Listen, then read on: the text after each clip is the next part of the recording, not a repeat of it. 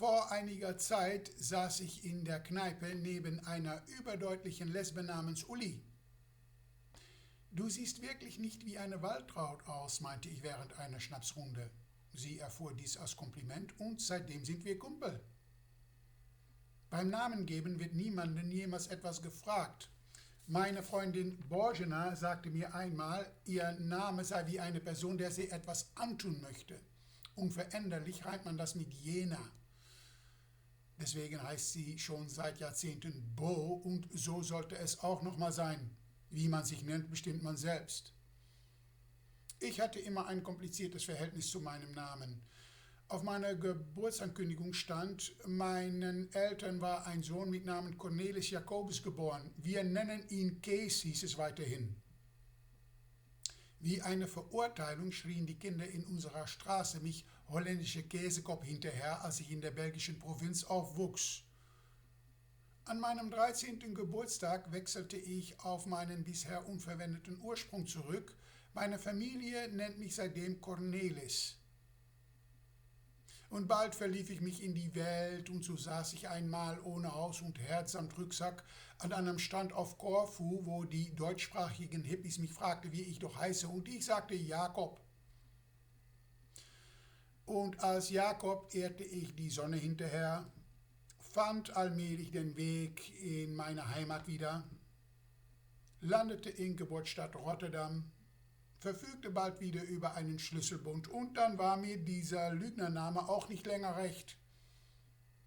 Für Rotterdam war Cornelis aber zu offiziell und so taufte ich mich Sees mit S ausgesprochen.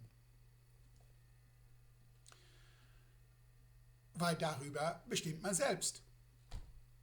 Als ich im Kino zum ersten Mal Jurassic Park sah, verbarg Ineke schaudernd ihr Gesicht in meinen Pulli. »Oh, Kees, wie gruselig«, rief sie. »Sees«, wies ich sie über das vorweltliche Getobe zurecht.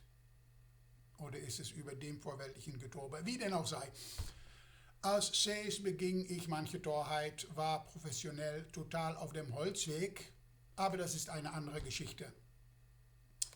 An einer internationalen Schule mit vielen englischsprachigen Kollegen wurde es zu CJ und dann wusste ich, es dabei bleibt's. Später war das auch in Irland bequem. Hier in Preußen erfahre ich Widerstand, da bin ich inzwischen in milderem Alter und genehmige manchmal Cornelis, doch niemals Cornelius und das muss ich hier in Preußen in der Hand halten. Dann ist es, als ob es keine Welt außerhalb Preußen gibt. Nach Eintragung in die Krankenkasse erhielt ich einen Versicherungsausweis im Namen von Cornelius Jacobus. Somit verordnete ich der Kasse, dies unverzüglich zu ändern. Es bestünde keine Ausrede für ein solches Versehen, weil ich 2 Kopien von offiziellen Identitätsnachweisen vorgelegt hatte. Außerdem sollte man in Preußen auf den einwandfreien Eintrag eines, sagen wir, Zbigniew Kramarczyk aus Szczecin vorbereitet sein. Jede Menge anale und orale Frusten sind mir meiner Namenverzweiflung wegen vorgeworfen. Da meint jeder, was er will. Eure kaiserliche Durchlaucht wäre mir sowieso lieber.